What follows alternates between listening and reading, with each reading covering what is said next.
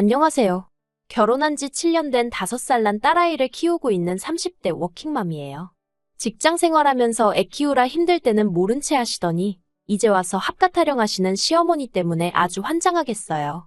그나마 중간에서 남편이 자기 역할이라도 똑바로 해주면 좋을 텐데 남편은 남편대로 자기 어머니 마음 상할까봐 걱정이라며 할 말도 제대로 못하고 그러니 저만 나쁜 사람이 되더라고요. 그래서 남편한테 저 아니면 어머님 둘 중 한 사람을 택하라니까 그래도 끝까지 곧 죽어도 그게 저라는 소리는 안 하대요. 유치하다면서 그러지 말라는 핀잔만 하고요. 솔직히 저도 그런 유치한 질문은 하고 싶지 않았어요. 하지만 오죽하면 그랬을까요? 아무튼 그런 질문조차 대답하지 못하는 남편을 보고 있으니 저런 사람하고 남은 인생을 어떻게 같이 보내나 싶어서 이혼하기로 마음먹었습니다.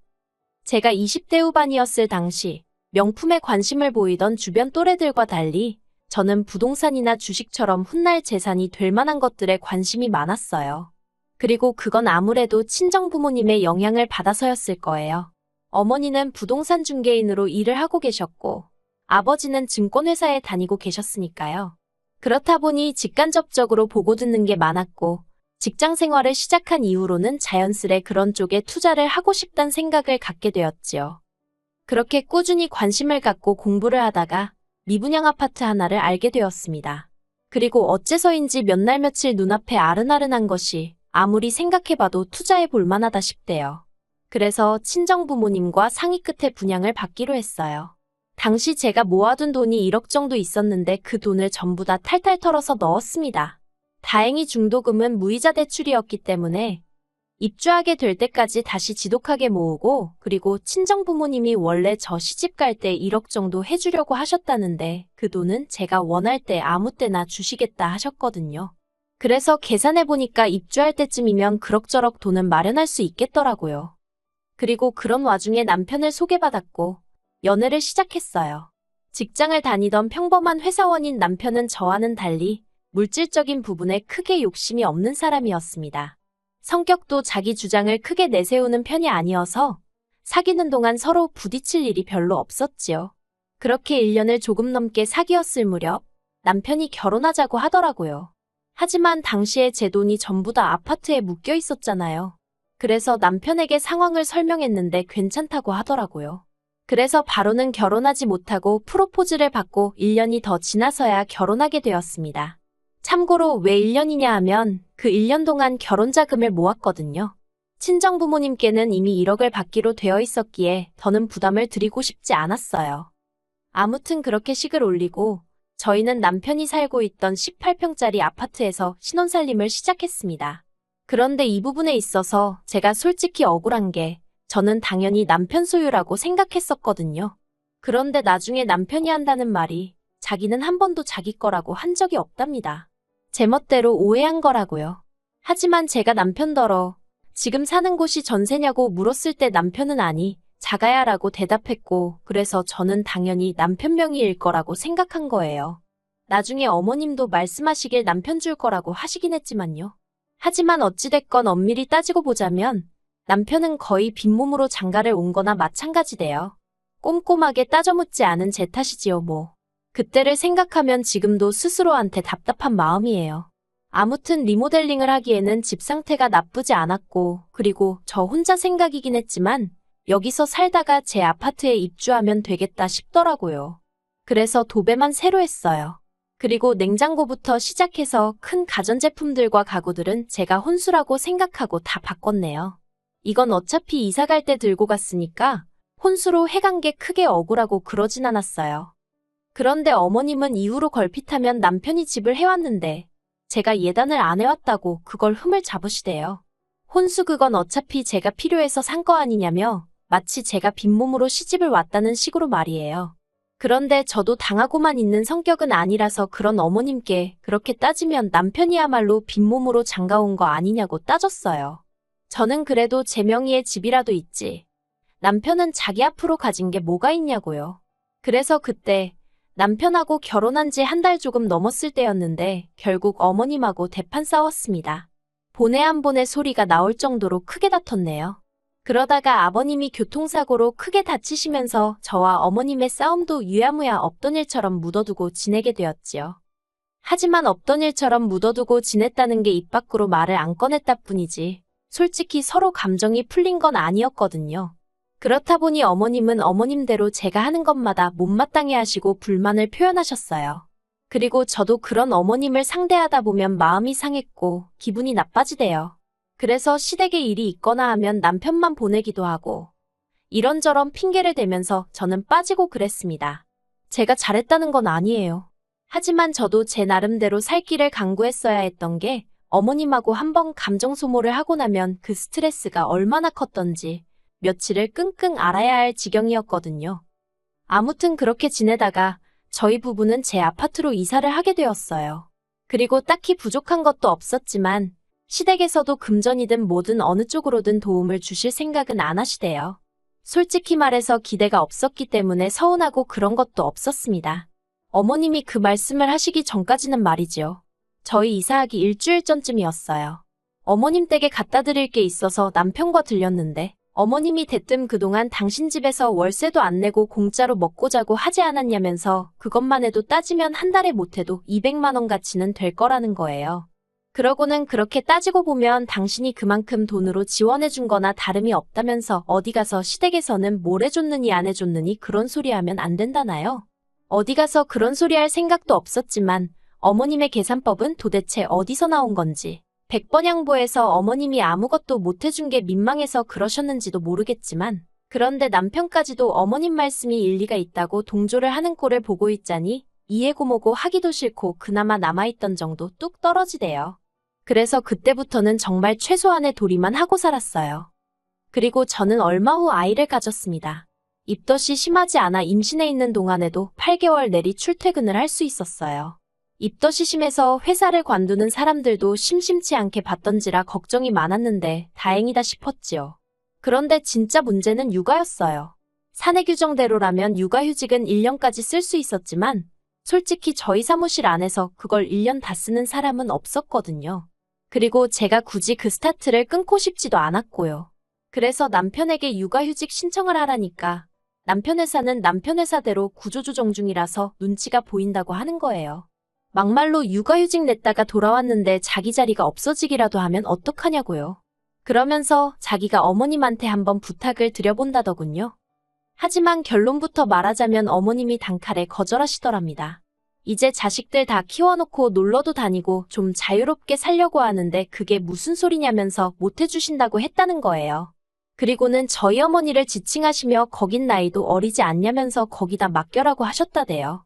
그뿐만이 아니었습니다. 그러면 그냥 남편도 알겠다고 대충 얼버무리고 오면 되지. 어머님 앞에서 저희 친정어머니께 전화를 드렸더라고요. 그리고는 어머님이 시키는 대로 손녀 좀 봐주실 수 없겠냐고 부탁을 드린 거지요. 그래서 저희 어머니가 저희 애를 봐주기 시작하셨어요. 매일같이 하원을 도와주시고 저녁도 차려주시고 그러셨지요. 저녁은 안 해주셔도 된다고 극구 말렸는데 회사에서 종일 시달리고 퇴근했을 딸이 부랴부랴 부엌에서 고생할 거 생각하니까 마음이 안 좋다고 하시면서 어떻게든 한 끼는 차려주고 가시더라고요. 그래서 남편과 상의 끝에 한 달에 100만 원씩 드리기 시작했습니다. 원래는 시터를 써도 200은 준다는 말에 200에 맞춰드리려고 했는데 그러기엔 형편이 빠듯하기도 했고 친정어머니도 부담스러워 싫다며 손사래를 치셨거든요. 그래서 100만 원씩 드리고 남은 100만 원은 제가 모으기 시작했어요. 혹시 큰돈 들어갈 일이 생기거나 근사한 선물을 해드리고 싶을 때 쓰겠다는 생각이었지요. 그리고 한편 친정어머니가 저희 애를 봐준다는 소식은 당연히 어머님 귀에도 들어간 모양이 돼요. 어머님이 웬일로 저한테 전화를 하셔가지고는 너네 엄마가 고생이 많네 어쩌네 하시더니 대뜸 그래서 애 봐주고 돈도 받아가냐 그러시는 겁니다. 생각지도 못한 질문이었지만 네 그렇다고 했어요.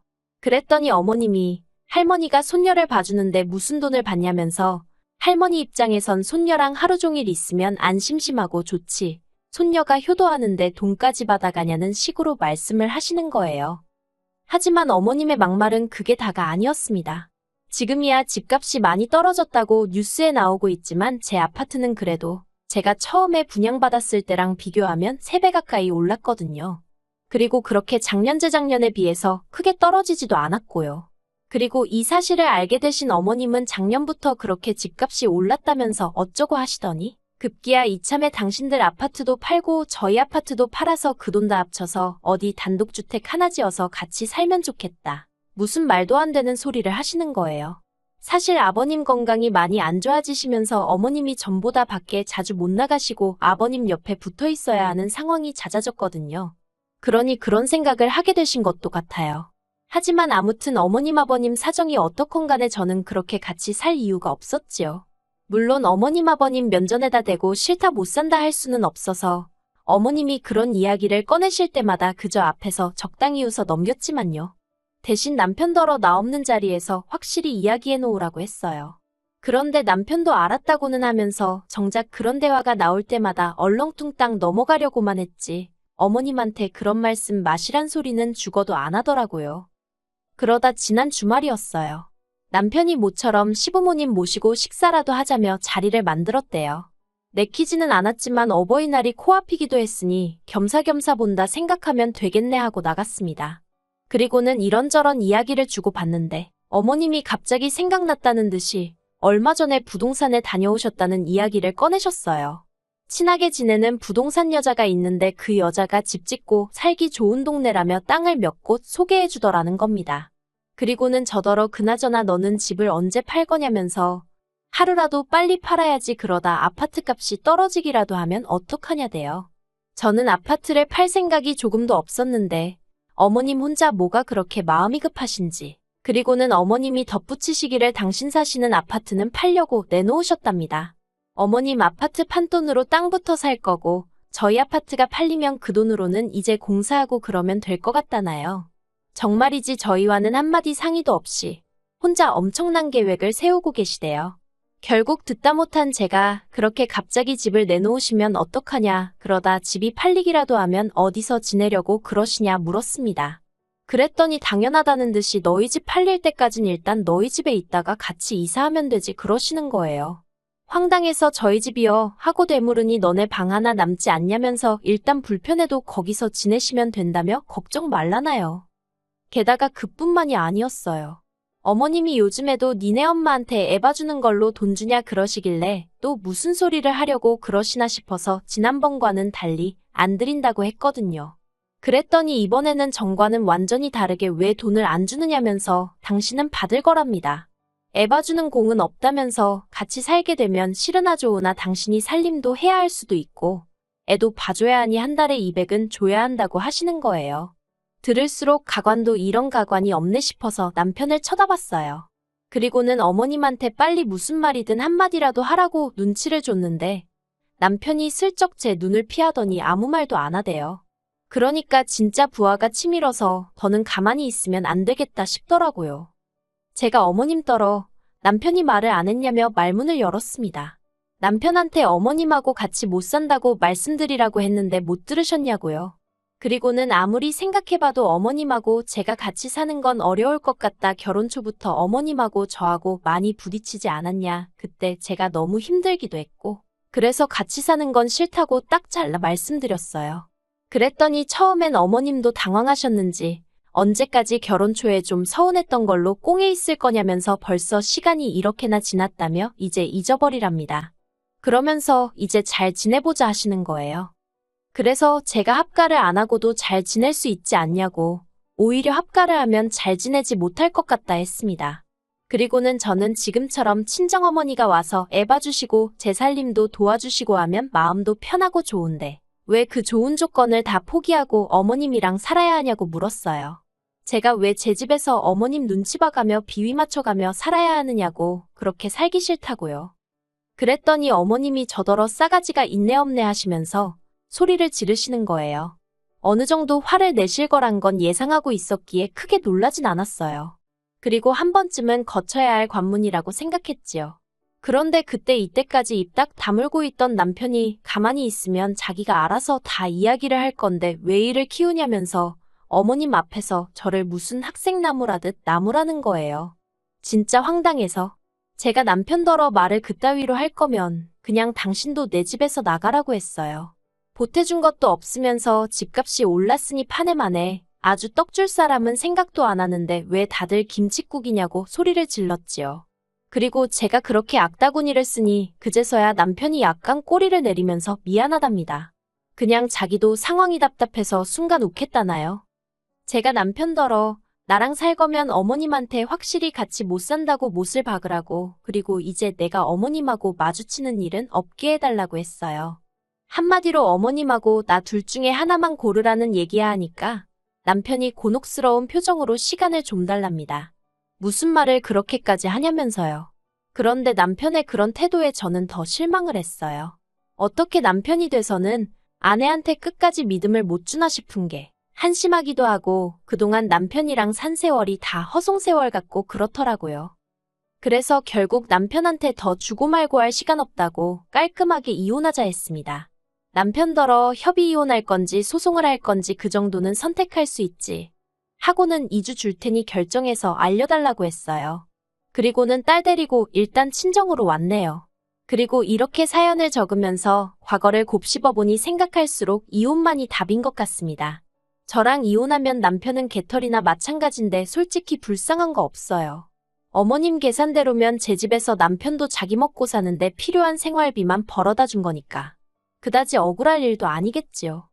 그리고 남편과 싸움이 이렇게 커지고 나서야 어머님이 합가 이야기는 안 하겠다면서 그냥 앞으로 자주 얼굴이나 보고 살자 하셨는데요. 원래 하나 주면 2개 바라고 2개 생기면 3개 바라는 게 사람 욕심 아니겠어요?